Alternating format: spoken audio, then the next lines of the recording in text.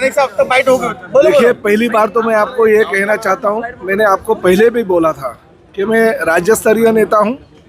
महायुति की चर्चा मैंने आदरणीय एकनाथ शिंदे साहब से की है, मैंने आदरणीय देवेंद्र जी के साथ की है, मैंने आदरणीय रविंद्र चौहान जी के साथ की है। और महायुति से ही पूरे महाराष्ट्र में 29 महानगर पालिका में इलेक्शन लड़ने का इरादा सभी हमारे घटक दलों ने किया है। मीरा भाईंदर महापालिका क्षेत्र में जो बात चल रही है वो एकनाथ शिंदे साहब और आदरणीय देवेंद्र जी फडणवीस साहब के बीच में चल रही है, मुझ में और रविंद्र चौहान साहब के बीच में चल रही है।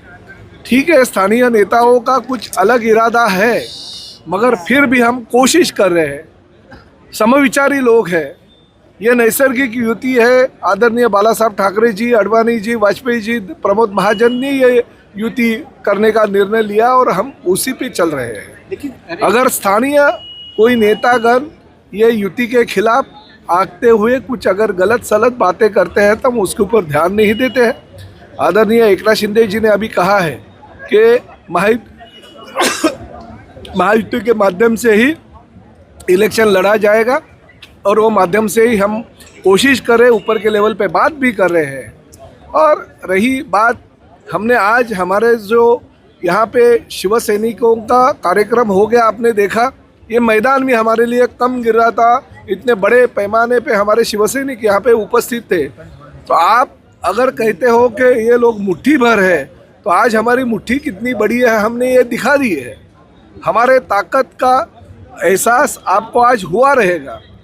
जो 8 साल पहले की शिवसेना थी और आज के शिवसेना में ज़मीन आसमान का फर्क है। आज की शिवसेना 8 साल पहले की शिवसेना से 4 से 5 गुना बढ़ गई है। अगर आपके कार्यकर्ताओं के बलबूते में प्रताप सरनाईक अगर जीत के आता है तो हमारे कार्यकर्ताओं के बलबूते के ऊपर महायुति के दूसरे भी विधायक चुन के आते ही, ये उन्होंने भूलना नहीं चाहिए। इसलिए हमारी जो मांग है, हमारी यही मांग रहेगी कि 50-50% जगह दोनों पार्टी के लोगों को मिलनी चाहिए ताकि महायुति भक्कम हो। हाँ, ये बात उतनी सही है कि आरपीआई आठवले गढ़, आरपीआई अम्बेडकर गढ़, उनको हमने कहा कि हमारे खाते में से आपको हम जगह दे देंगे, तो उनको हमारे खाते में से जगह हम जरूर देंगे। श्रमजीवी की संगठन की कुछ मांग है, उनके नेतागण आके हमसे मिले, हमने ये भी उतना ही बोला कि हमारा जो 50% जगह होगा उनसे हम श्रमजीवी के लोगों को भी सीट दे देंगे। तो आरपीआई के लोगों को हम दे रहे हैं, श्रमजीवी के लोगों को हम दे रहे हैं, फिर भी 50% जो है आपके पास उठता है। तो अगर एक हाथ दूसरी जगह और भी अगर आपको जगह ज़्यादा अगर चाहिए तो वो भी हम देने को तैयार है, मगर महायुति के माध्यम से ही मीरा भाईंदर शहर में लड़ना चाहिए, ये मत पे हम ठाम है। हमारे नेता ने अभी आपके सामने कहा है कि लोकसभा में महायुति में लड़े, विधानसभा में महायुति में लड़े, तो हमारा यही कहना है कि महानगर पालिका के ऊपर भी महायुति का भगवा फैलाई जाए। नहीं, हमारा शक्ति प्रदर्शन, हाँ आप बहुत समझ सकते हो कि हमारा शक्ति प्रदर्शन क्या, क्योंकि शक्ति है शिवसेना में, ये शक्ति है, ये ताकत है, शिवसैनिकों को ये शक्ति है, ताकत है। और शिवसैनिकों के शक्ति के बलबूते के ऊपर प्रताप सरनाईक 4थी बार जीत के भी आया है और इस राज्य का मंत्री बना है।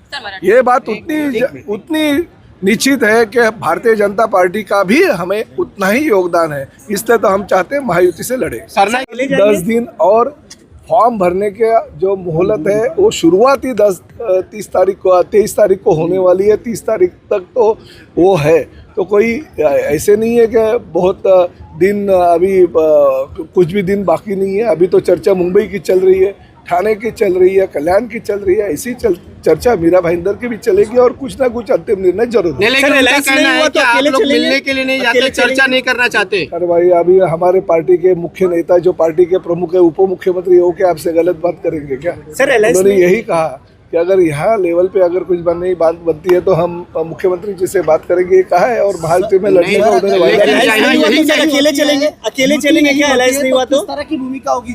नहीं, युति नहीं होती है। देखिए, युति होनी चाहिए, ऐसा ही हमारा अभी तक कहना है। आगे क्या करना है वो हमारे पार्टी के प्रमुख नेता तय करेंगे।